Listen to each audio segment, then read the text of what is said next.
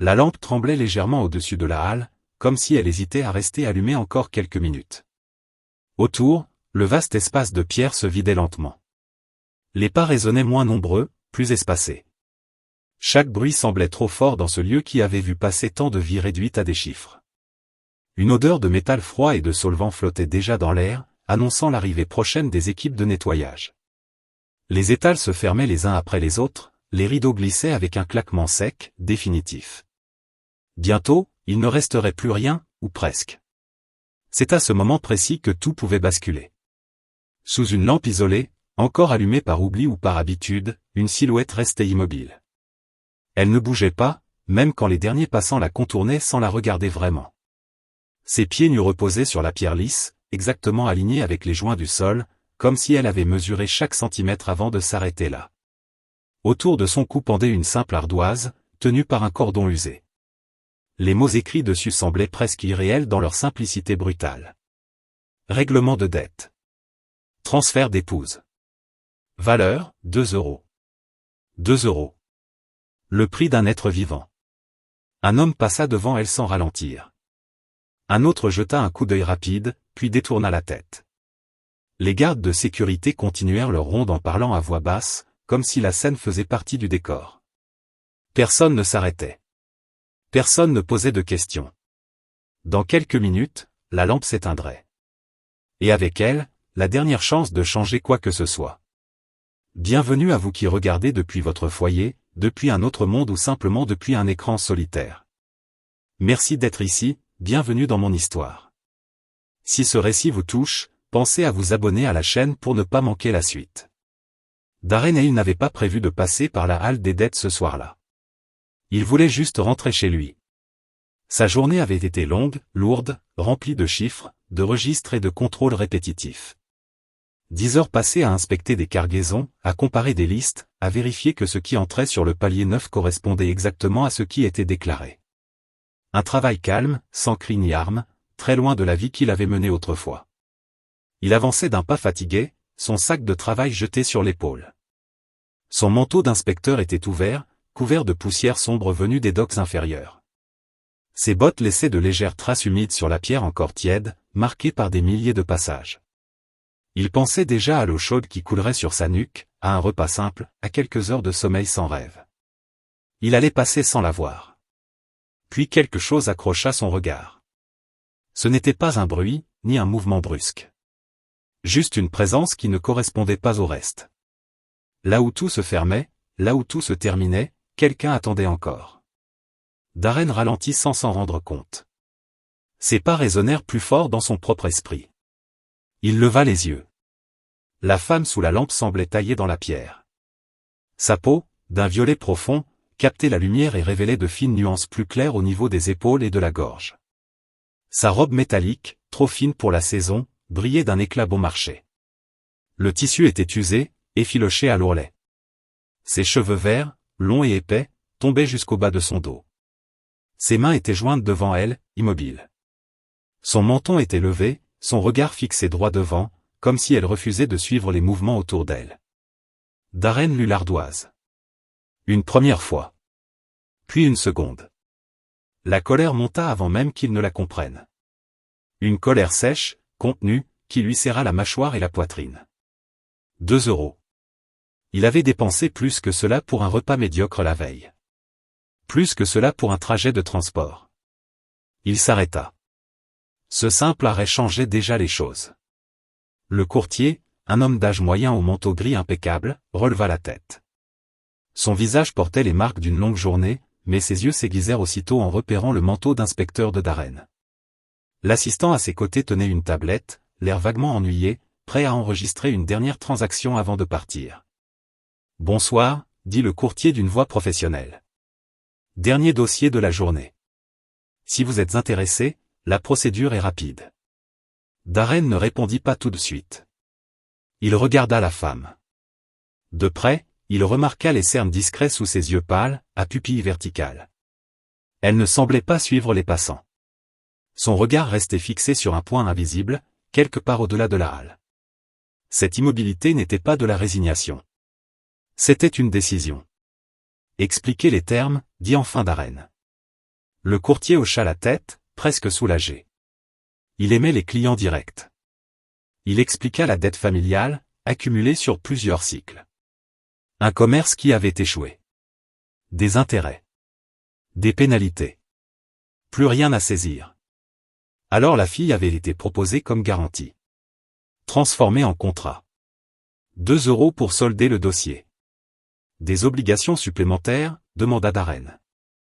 Rien d'inhabituel, répondit le courtier. Enregistrement comme épouse légale. Droit de résidence, d'emploi, autorisation médicale sous votre responsabilité. Vous pouvez demander une dissolution plus tard, moyennant frais. Ou une réaffectation si incompatibilité. Un léger sourire passa sur le visage de l'assistant. Le mot réaffectation sembla peser lourd dans l'air. La mâchoire de la femme se contracta à peine. Darren le vit. Il se souvenait trop bien de ce langage. Dans une autre vie, on utilisait des termes différents, mais la logique était la même. On réduisait des êtres à des lignes, à des cases. Et on appelait cela nécessaire. Et si personne ne paie ce soir, demanda-t-il.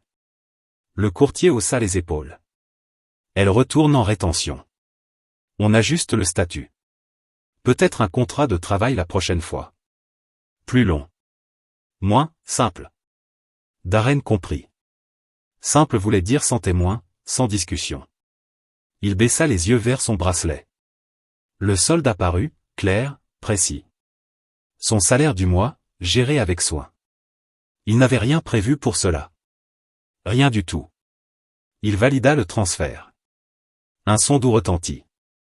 La tablette clignota en vert. Non pour l'enregistrement, demanda le courtier. Darren Hale. La machine enregistra la voix. Puis le courtier se tourna vers la femme. Non. Elle parla sans bouger les mains. Uranie, dit-elle. De Casara, palier inférieur. Une légère chaleur se diffusa sous la peau du poignet de Darren. Une marque apparut. Simple, discrète. Sur la gorge d'Uranie, une fine lueur traça un cercle avant de s'éteindre, laissant une trace pâle. Transaction terminée. Dette close. Félicitations, conclut le courtier sans émotion. Il commença déjà à ranger son matériel. L'ardoise pendait toujours autour du cou d'Uranie. Darren s'approcha lentement, pour ne pas la surprendre. Puis-je enlever ça, demanda-t-il. Elle tourna la tête vers lui pour la première fois. Son regard l'examina avec prudence, habitude forgée par trop de regards semblables. Elle hocha la tête, brièvement. Il dénoua le cordon. La peau à l'arrière de son cou était irritée, marquée. Il retira l'ardoise et la jeta dans la trappe de recyclage la plus proche. Le bruit sec résonna dans la halle presque vide. Uranie inspira légèrement. « Tu n'es pas une dette, dit Darren d'une voix ferme. Tu n'appartiens à personne. Tu as payé pour une marque sur ta peau, répondit-elle calmement. Vu d'ici, ça ressemble beaucoup à une possession. J'ai payé pour empêcher les autres de le faire. Cette marque peut être une protection. Pas une chaîne. Le courtier s'éloignait déjà, indifférent. La lampe s'éteignit derrière eux, plongeant l'endroit dans une lumière plus froide. Darren ôta son manteau et le tendit à Uranie. Mets-le. Tu trembles. Je supporte le froid, répondit-elle. Tu ne devrais pas avoir à le faire. Elle hésita, puis passa le manteau. Le tissu lourd recouvrit sa robe fragile, la protégea des regards. Une odeur de métal, de poussière et de savon usé l'enveloppa. Une odeur de vie ordinaire. Pourquoi, demanda-t-elle à voix basse. Il réfléchit un instant. Parce que je refuse de détourner le regard quand quelque chose dépasse une limite. Il se tourna vers la sortie. Il ne lui prit pas le bras. Il attendit simplement. Après un dernier regard vers la halle vide, Uranie fit un pas. Puis un autre. Ils quittèrent ensemble le lieu où elle avait été vendue pour 2 €. Ils marchaient côte à côte dans le couloir menant hors de la halle. Les bruits derrière eux s'éteignaient peu à peu, remplacés par un silence plus large, traversé seulement par le souffle régulier des conduits d'air. Les parois métalliques reflétaient une lumière pâle, sans chaleur. Darren avançait à un rythme calme, volontairement lent, pour ne pas imposer sa direction. Uranie suivait, enveloppée dans son manteau, encore surprise par son poids, par la sensation d'être couverte, protégée, presque invisible. Elle ne parlait pas. Lui non plus. Chaque pas semblait effacer un peu plus l'instant précédent, mais aucun des deux ne se faisait d'illusions. Ce qui venait de se passer ne disparaîtrait pas si facilement. Darren sentait la marque sur son poignet, légère mais présente, comme un rappel constant. Il avait connu des marques bien plus douloureuses dans sa vie, mais celle-ci avait un poids différent. Elle ne venait pas d'un combat, ni d'un ordre reçu. Elle venait d'un choix. Le couloir débouchait sur un escalier large, usé par des milliers de passages. Les marches montaient en spirale vers les niveaux supérieurs. L'air y était plus frais, chargé d'odeurs de nourriture et de graisse chaude. Uranie leva légèrement la tête. Son regard suivit les volutes de vapeur qui s'échappaient d'une grille plus haut. Il y a des cuisines, dit-elle doucement, plus pour elle-même que pour lui. Oui, répondit Darren. Une cantine pas loin d'ici. Rien de luxueux, mais c'est chaud et honnête. Elle hocha la tête. Elle n'osa pas encore dire à quel point cette simple promesse comptait. En montant les marches, Darren remarqua son pas prudent. Elle posait le pied avec soin, comme si le sol pouvait céder à tout moment. Il garda une demi-longueur entre eux, ni trop proche, ni trop loin. Il voulait qu'elle sache qu'elle n'était pas seule, sans lui donner l'impression d'être guidée de force. Autour d'eux, la ville reprenait son souffle du soir. Des voix fatiguées montaient des paliers inférieurs. Des rires brefs, parfois. Le cliquetis des outils rangés. La vie continuait, indifférente et pourtant bien réelle. La cantine était creusée dans la paroi extérieure du palier. Une large ouverture donnait sur le vide de la cité. Des rangées de lumière descendaient à perte de vue, formant des étages empilés comme des strates. Des véhicules glissaient silencieusement sur des rails lumineux. Vu d'ici, tout semblait calme, presque beau. À l'intérieur, la chaleur les enveloppa aussitôt. Le grésillement de la viande sur la plaque, le bruit des assiettes, les conversations basses créaient une atmosphère dense, rassurante. Une femme d'âge mûr se tenait derrière le comptoir. Son regard passa sur Darren, puis s'arrêta sur Uranie, sur le manteau trop grand, sur la marque pâle à sa gorge. Elle ne posa aucune question. 2 assiettes, dit Darren. Et 2 boissons chaudes. Une sucrée. La femme acquiesça et se mit au travail avec des gestes rapides et précis. Uranie resta légèrement en retrait, les mains cachées dans les manches du manteau. L'odeur de la nourriture fit remonter une sensation vive, presque douloureuse, dans son ventre. Elle serra les lèvres, refusant de se trahir. Ils s'assirent à une table près de l'ouverture. Le métal était lisse, poli par le temps. L'air extérieur apportait une fraîcheur agréable qui contrastait avec la chaleur de la salle. Quand l'assiette fut posée devant elle, Uranie resta immobile quelques secondes. La viande fumait encore. Le pain était épais, doré. Elle inspira lentement, comme pour s'assurer que tout cela était réel. « Mange », dit simplement Darren. Elle prit un morceau entre ses doigts, hésita, puis mordit. La saveur la frappa de plein fouet. Le sel, le gras, la chaleur. Elle mâcha lentement, concentrée, comme si elle craignait que le goût disparaisse trop vite. Ses épaules se relâchèrent un peu. Darren mangeait aussi, mais plus lentement. Il l'observait sans la fixer, attentif aux détails. La façon dont elle reprenait confiance à chaque bouchée. La manière dont ses mains cessaient de trembler. « Tu viens souvent ici ?» demanda-t-elle après un moment. « Quand je finis tard » répondit-il. « C'est sur le chemin. Et la nourriture est constante. On sait à quoi s'attendre. Tu travailles toujours sur les docks ? Inspecteur de cargaison. Palier 9. Je vérifie que les registres correspondent à ce qui entre réellement. Et avant ? Il marqua une pause. Avant, j'étais soldat. Infanterie de frontière. Elle leva les yeux vers lui, attentive. Il n'y avait ni fierté ni honte dans sa voix. Juste un fait. Pourquoi avoir quitté ? demanda-t-elle. Parce que je ne supportais plus de voir des décisions prises loin d'ici détruire des vies réelles. Là-bas, on appelle ça des opérations. Ici, on appelle ça des dettes. Mais au fond, c'est la même chose. Elle hocha lentement la tête. Ma famille avait un petit atelier, dit-elle à son tour. Réparation simple. Chauffage, filtre, unité de refroidissement. Mon père croyait toujours qu'un nouveau prêt réglerait les problèmes du précédent. Sa voix resta calme, mais ses doigts se crispèrent légèrement sur le bord de la table. Quand l'atelier a fermé, la dette est restée. Ils ont pris les murs. Puis ils ont regardé ce qu'il restait. Moi? Darren ne l'interrompit pas. Au début, on m'a promis un contrat de travail. Plusieurs années, mais clair. Puis ma mère est tombée malade. Les frais ont augmenté. Mon nom a changé de colonne. Elle avala une gorgée de boisson chaude.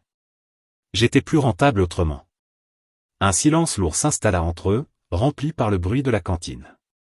Darren posa lentement ses couverts. Tu n'as pas cédé, dit-il. Tu es restée droite. Je ne voulais pas leur donner ce qu'ils attendaient, répondit-elle.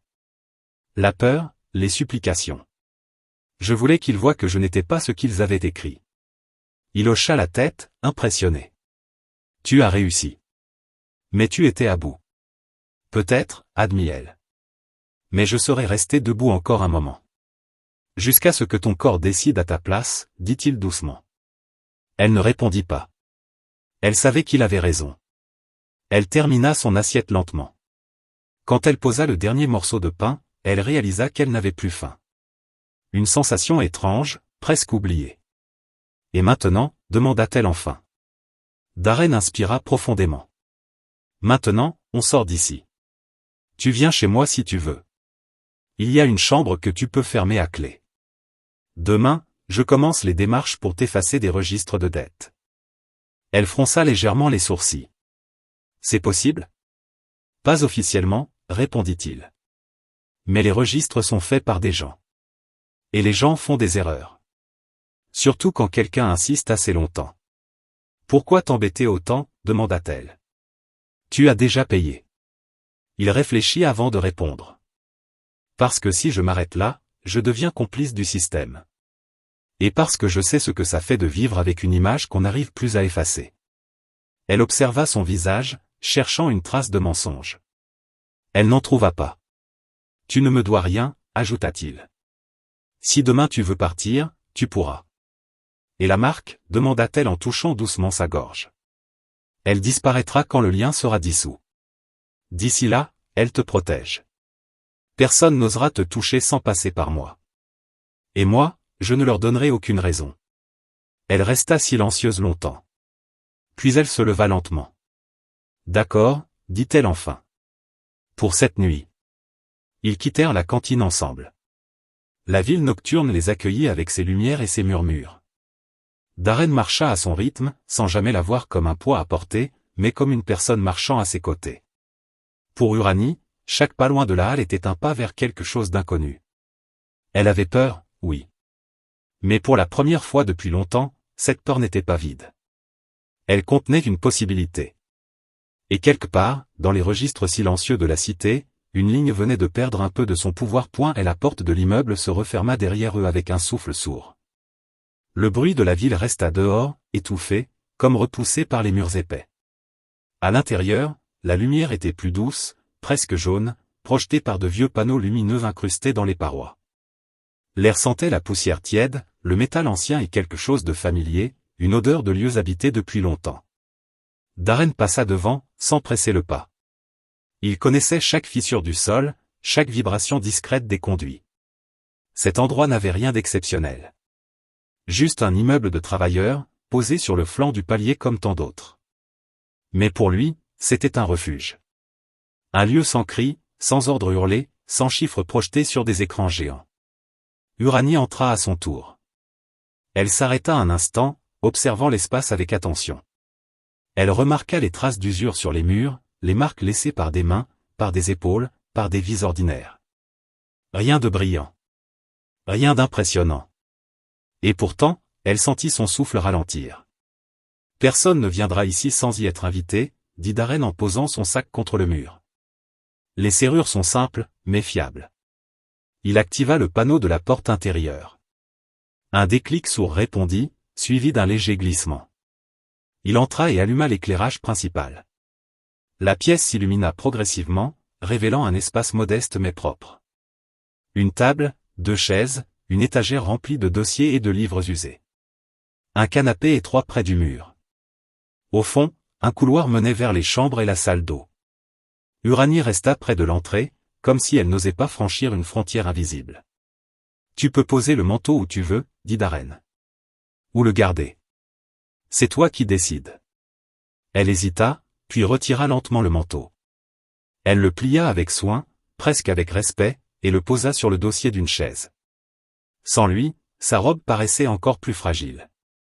Darren détourna légèrement le regard, non par gêne, mais pour lui laisser de l'espace. La chambre est au fond, à droite, expliqua-t-il en désignant le couloir.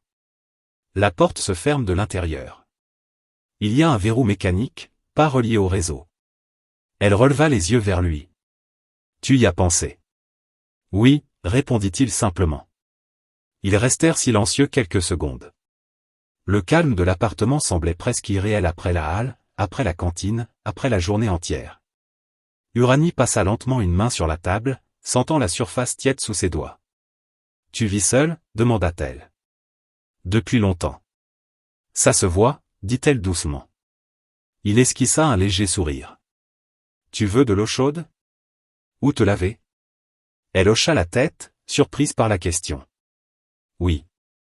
Si possible. » Il lui montra la salle d'eau. Elle entra, observa la petite pièce, le miroir fendu sur un coin, le robinet marqué par le temps. Tout fonctionnait encore, sans luxe, sans artifice.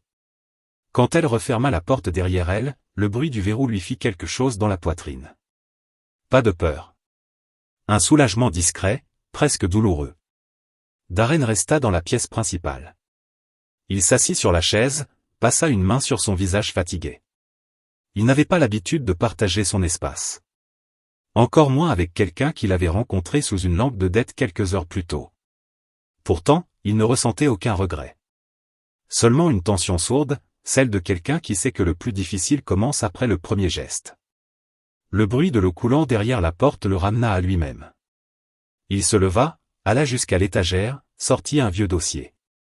À l'intérieur, des copies de règlements, des notes personnelles, des annotations griffonnées au fil des années. Il les feuilleta lentement. Les systèmes de registre, les délais, les failles. Il connaissait tout cela par cœur. Mais cette fois, ce n'était pas pour un conteneur mal déclaré. C'était pour une personne. Quand Uranie ressortit, ses cheveux encore humides encadraient son visage différemment. La tension avait quitté ses épaules, remplacée par une fatigue plus douce. Elle s'arrêta en le voyant debout, les dossiers à la main. « Je n'ai pas fouillé » dit-elle aussitôt. « Je sais » répondit-il. « Ce n'est pas pour ça. » Il posa le dossier sur la table. « Je voulais que tu saches quelque chose. Demain, je vais commencer à contester ton inscription. Officiellement, ce sera lent. Officieusement, ça peut aller plus vite. » Elle s'approcha, prudente. « Et si ça ne marche pas ? Alors j'irai plus loin, dit-il calmement. Pas avec de la violence. Avec de la persistance. Les systèmes n'aiment pas les humains qui refusent d'abandonner. » Elle observa les papiers, les lignes, les schémas. « Tu parles comme si tu avais déjà fait ça. Pas pour une épouse liée par dette, admit-il. Mais pour des cargaisons, pour des travailleurs effacés par erreur, pour des familles déplacées sans raison valable. À force, on apprend où appuyer. » Elle s'assit lentement sur la chaise en face de lui. « Et si quelqu'un se rend compte que tu utilises ta position ? Alors ils me feront des remarques. Peut-être qu'ils me déplaceront. Je peux vivre avec ça. Tu pourrais perdre ton travail.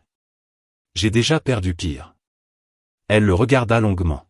« Tu n'es pas obligé de continuer, dit-elle. Tu as déjà fait plus que ce que personne n'aurait fait. » Peut-être, répondit-il. Mais je n'ai pas envie de m'arrêter maintenant. Un silence s'installa. Cette fois, il n'était pas lourd. Il était plein de choses non dites, mais pas menaçantes. Uranie posa une main sur sa gorge, là où la marque du lien brillait faiblement. « Elle est toujours là » murmura-t-elle. « Oui. Tant que le registre te considère comme lié à moi. »« C'est étrange, » dit-elle. « Toute la journée, cette marque représentait la fin de ma liberté. Et maintenant, elle me protège. » « Les symboles changent de sens selon qui les utilise, » dit Darren. Elle sourit faiblement. « Tu parles comme quelqu'un qui a beaucoup réfléchi à ça. »« J'ai eu du temps, » répondit-il. « Et des raisons. Il se leva. Tu devrais dormir. La chambre est prête. Il y a des couvertures propres. Elle se leva aussi, mais ne se dirigea pas tout de suite vers le couloir. Darren. Il se tourna vers elle. Oui. Si demain je décide de partir, vraiment partir, loin d'ici, tu essaieras quand même de m'effacer des registres? Il ne répondit pas immédiatement. Oui, dit-il enfin. Que tu sois ici ou non.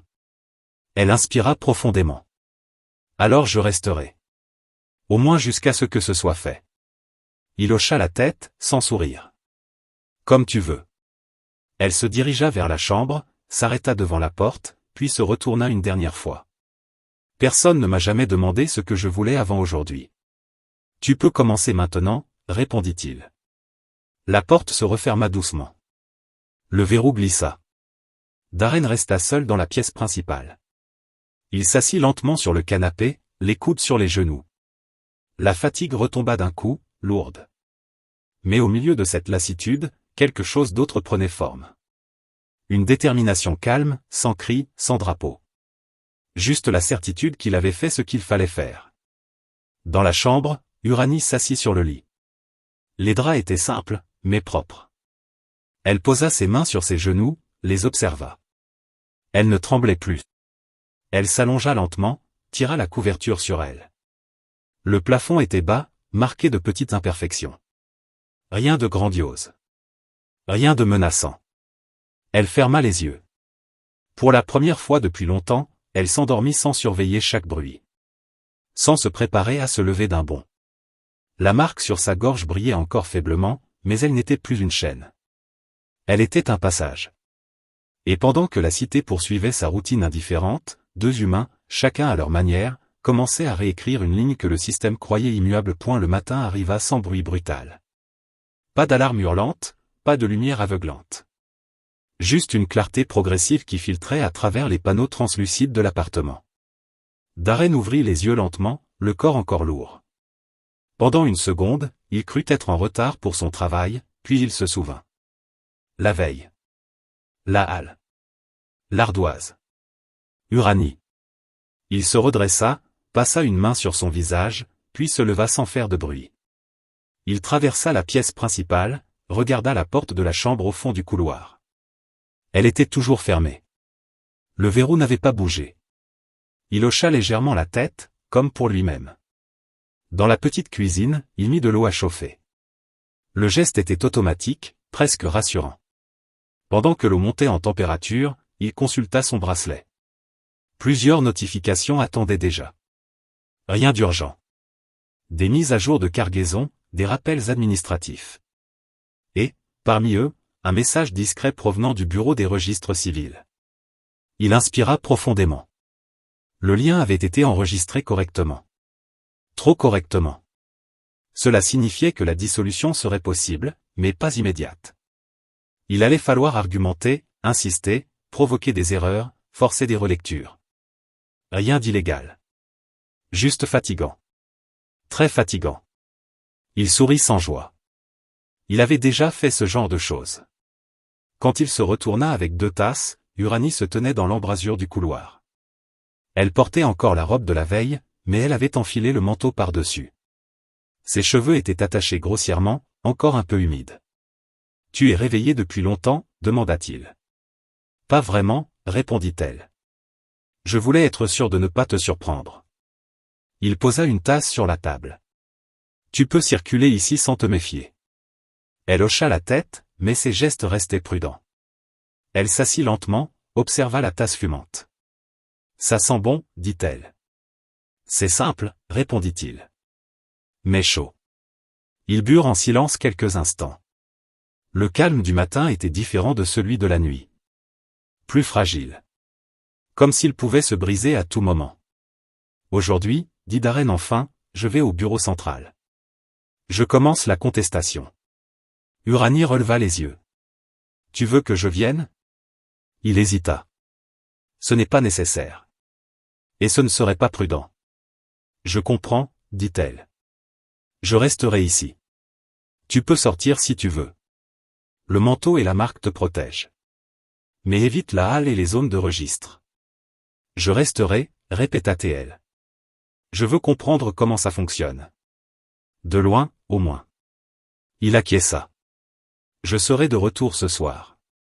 Avant de partir, il se tourna vers elle. Quoi qu'il arrive aujourd'hui, rappelle-toi que tu n'as rien fait de mal. Elle baissa les yeux, puis répondit doucement. J'essaie d'y croire. La porte se referma derrière lui. Le bruit du verrou sembla plus fort que la veille. Uranie resta immobile quelques secondes. Puis elle inspira profondément et s'avança dans l'appartement. Elle observa les étagères, les livres usés, les dossiers annotés. Tout parlait d'une vie simple, structurée, mais marquée par des combats silencieux. Elle passa un doigt sur une pile de papier. Des noms barrés. Des dates. Des corrections manuscrites. Elle comprenait mieux, maintenant. Darren ne faisait pas ça par impulsion. Il avait choisi ce chemin depuis longtemps. De son côté, Darren traversait déjà les niveaux supérieurs. Le bureau central se dressait comme une masse froide au cœur de la cité. Des murs lisses, sans décoration. Un bâtiment conçu pour décourager toute émotion. Il entra, présenta son identifiant, passa les contrôles. À l'intérieur, l'air était sec, presque stérile. Des employés allaient et venaient, le regard fixé sur leurs écrans. Ici, les vies devenaient des colonnes, des chiffres, des statuts.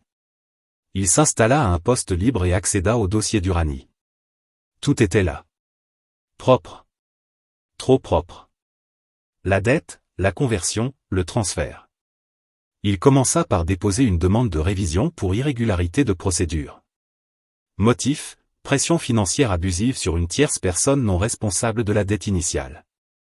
Il savait que ce premier pas serait rejeté. C'était prévu. Autour de lui, personne ne semblait prêter attention à son travail. Pourtant, chaque requête laissait une trace. Chaque trace forçait quelqu'un à relire. Et la relecture était l'ennemi du système. À l'appartement, Uranie s'assit près de la fenêtre. De là, elle pouvait voir une partie de la ville. Les gens allaient et venaient, portaient des sacs, parlaient, riaient parfois. Personne ne savait ce qu'elle avait traversé la veille. Et cette invisibilité, pour la première fois, ne lui pesait pas. Elle posa une main sur sa gorge. La marque brillait à peine. Elle se demanda combien d'autres personnes portaient des marques semblables, sans jamais avoir rencontré quelqu'un comme Darren. Les heures passèrent lentement. Au bureau, Darren enchaînait les démarches. Refus prévisible. Il reformulait. Il citait des articles obscurs, des exceptions rarement utilisées. Il demandait des confirmations écrites, des signatures multiples. À chaque étape, le dossier s'alourdissait. Et plus il devenait lourd, plus il devenait difficile à ignorer. Un collègue s'arrêta près de lui. « Tu travailles sur quoi ?» demanda-t-il, d'un ton neutre. « Une erreur de registre », répondit Darren sans lever les yeux. « Encore ?»« Toujours. » L'autre haussa les épaules et repartit. En milieu de journée, Darren reçut une notification inattendue. Une convocation informelle. Bureau du superviseur. Il inspira lentement et se leva. Le superviseur était un homme mince, aux cheveux déjà gris, au regard attentif. Il indiqua une chaise à Darren. « Tu sais que ton dossier fait du bruit », dit-il sans préambule. Je m'en doutais. Ce genre de contestation n'est pas courant. Surtout venant d'un inspecteur de cargaison. Les règles sont les mêmes pour tous, répondit Darren.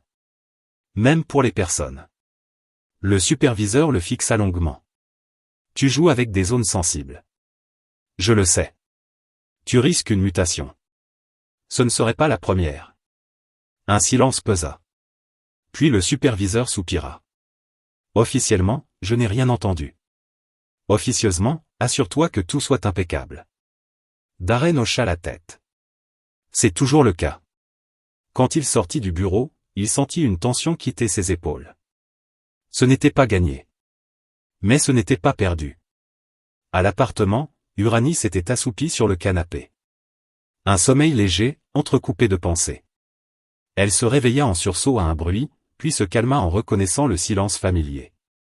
Elle se leva, alla jusqu'à la table, regarda les dossiers. Elle ne les toucha pas. Pas encore. Quand Darren rentra enfin, la lumière du soir baignait la pièce. Il posa son sac, vit son regard interrogateur. Ça avance, dit-il avant même qu'elle ne parle. Pas terminé? Non. Mais ils ne peuvent plus ignorer le dossier. Elle laissa échapper un souffle qu'elle ne savait pas retenir. Merci. Ce n'est pas fini, répéta-t-il. Ils mangèrent ensemble, simplement. Pas de grande discussion. Une fatigue partagée. Pourtant, quelque chose avait changé. L'attente n'était plus passive. Elle était active, presque vivante. Darren, dit-elle après un moment. Oui. Même si ça prend du temps, même si ça échoue, tu m'as déjà rendu quelque chose. Quoi donc? Elle posa une main sur la table, bien à plat. Le droit d'espérer sans me sentir ridicule. Il baissa les yeux, touché plus qu'il ne l'aurait admis. La nuit tomba doucement sur la cité. Dans les registres, une ligne résistait encore. Mais pour la première fois, elle tremblait point. Le troisième jour commença dans un silence plus lourd que les précédents. Pas un silence paisible, mais celui qui précède une décision importante. Darren était déjà debout quand Uranie sortit de la chambre. Il était assis à la table, le regard fixé sur son bracelet, immobile depuis plusieurs minutes. Elle comprit aussitôt. « Il y a un problème ?» demanda-t-elle doucement. Il leva les yeux vers elle. Son visage était calme, mais tendu. Le dossier est bloqué. Elle sentit son cœur se serrer, mais elle ne recula pas. Elle s'assit en face de lui. Bloqué comment? Pas refusé. Pas validé. Suspendu. Ce qui veut dire qu'il cherche une solution qui ne crée pas de précédent. Et ça, ce n'est jamais bon, murmura-t-elle. Non, confirma-t-il. Parce que dans ces cas-là, il préfère sacrifier une personne plutôt que de fissurer le système. Il se leva et commença à faire les 100 pas. Uranie l'observait en silence.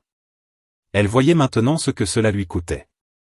Chaque démarche, chaque phrase écrite, chaque refus encaissé. Il n'agissait pas par héroïsme. Il avançait par refus d'abandonner. Ils veulent me convoquer, dit-il enfin. Une audience interne. Officieuse. Pour toi ou pour moi? Pour le lien. Pour nous deux, techniquement. Elle inspira lentement. Est-ce que je dois venir? Oui, répondit-il sans hésiter. Cette fois, oui. Le bâtiment administratif semblait encore plus froid que la première fois. Les murs clairs renvoyaient une lumière sans âme. Uranie marchait à côté de Darren, le manteau bien fermé, le menton droit. La marque à sa gorge brillait faiblement, visible mais plus douce qu'au premier jour. Ils furent conduits dans une salle étroite. Une table. 3 sièges en face. 2 personnes les attendaient. Pas des juges. Pas vraiment. Des gestionnaires de cohérence. Des gardiens de l'équilibre artificiel. Merci d'être venu, dit l'un d'eux d'un ton neutre. Cette audience vise à clarifier une situation inhabituelle. Une situation humaine, répondit Darren calmement. Un silence suivit. Puis l'autre gestionnaire consulta ses notes. Le lien a été établi légalement. La dette est close. La dissolution n'est pas prioritaire. La dette n'aurait jamais dû être transférée à elle, dit Darren. Elle n'était pas responsable. Les accords familiaux permettent ce genre de transfert. Permettent, oui. Exigent, non. Uranie sentit tous les regards se tourner vers elle. Elle serra les mains sous la table, puis releva la tête. « Puis-je parler ?» demanda-t-elle. Ils hésitèrent, puis acquiescèrent. « Je ne suis pas ici pour demander de la pitié, » dit-elle d'une voix claire. « Je suis ici parce que vous avez transformé ma vie en outil de compensation. Vous avez écrit mon nom dans une colonne qui n'aurait jamais dû exister. » Le système est impartial, répondit l'un des gestionnaires. Uranie sourit légèrement. Un système n'est jamais impartial. Il reflète ceux qui l'ont conçu. Darren posa une main sur la table. Vous craignez le précédent, dit-il. Mais ce précédent existe déjà. Des milliers de personnes vivent liées par des dettes qu'elles n'ont pas contractées. Et vous voulez que cela cesse, demanda l'autre, sceptique. Je veux que cela commence par une exception, répondit Darren. Une seule. Un long silence s'installa. Les gestionnaires échangèrent un regard. Puis l'un d'eux soupira. Si nous validons la dissolution, dit-il lentement, cela sera classé comme correction administrative exceptionnelle. Aucune reconnaissance publique. Aucun effet rétroactif. Cela me suffit, répondit Darren sans hésiter. Uranie sentit ses jambes trembler. Et moi, demanda-t-elle. Que deviendrai-je dans vos registres? Citoyenne sans dette active, répondit le gestionnaire. Libre de contrat. Le mot résonna dans la pièce. Libre. Ils sortirent du bâtiment sans dire un mot. Ce n'est qu'une fois dehors, sous la lumière naturelle du palier, que Darren s'arrêta. Il leva son poignet. La marque brillait encore. Pas encore, dit-il. Il faut attendre la validation finale. Uranie hocha la tête. Elle n'osait pas encore croire. Le temps s'étira sur 2 longues heures. Ils retournèrent à l'appartement. Aucun des deux ne parvenait à se poser vraiment. Darren relisait ses notes sans les voir. Uranie faisait quelques pas, puis s'arrêtait, puis recommençait. Enfin, le bracelet vibra. Darren leva lentement le bras. Son souffle se bloqua une seconde. Puis la marque s'effaça. Elle disparut comme une lumière qu'on éteint doucement. Sans douleur. Sans bruit. Uranie porta aussitôt la main à sa gorge. La chaleur avait disparu. Il n'y avait plus rien. Juste sa peau. Elle resta immobile. Puis ses épaules s'affaissèrent. Elle inspira profondément. Une respiration pleine, entière, qu'elle n'avait jamais prise auparavant. C'est fini, murmura Darren. Elle le regarda, les yeux brillants. Non, dit-elle doucement. Ça commence. Ils s'assirent lentement, côte à côte. Le poids qui pesait sur la pièce depuis des jours semblait s'être dissipé. Pourtant, aucun des deux ne souriait vraiment. La liberté, il le savait, n'était pas une fin heureuse. C'était un espace à remplir. « Qu'est-ce que tu vas faire maintenant » demanda Darren après un long moment. Uranie réfléchit. « D'abord, rester ici encore un peu. Trouver un travail. Comprendre cette ville autrement que depuis le sol d'une halle. Tu es la bienvenue aussi longtemps que tu veux. »« Je le sais, » répondit-elle. « Et c'est pour ça que je partirai un jour. » Il hocha la tête, sans tristesse. « C'est normal. » Elle se leva, alla jusqu'à la fenêtre. La ville s'étendait devant elle, immense, imparfaite, vivante. « Tu sais, » dit-elle, « ils penseront que c'est une exception. Un détail corrigé. »« Ils ont tort, » répondit Darren. « Oui. Parce que maintenant, je sais que c'est possible. » Elle se tourna vers lui. « Et toi? Que feras-tu? » Il réfléchit. « Je continuerai mon travail. Mais différemment. Je ne regarderai plus jamais un registre sans penser à ce que chaque ligne cache. » Elle sourit, cette fois franchement. « Alors tu es dangereux. »« Peut-être, » répondit-il. « Pour les mauvais systèmes. » Les jours passèrent. Uranie trouva un emploi modeste dans un atelier de maintenance. Elle apprenait vite. Les gens la respectaient. Pas par pitié.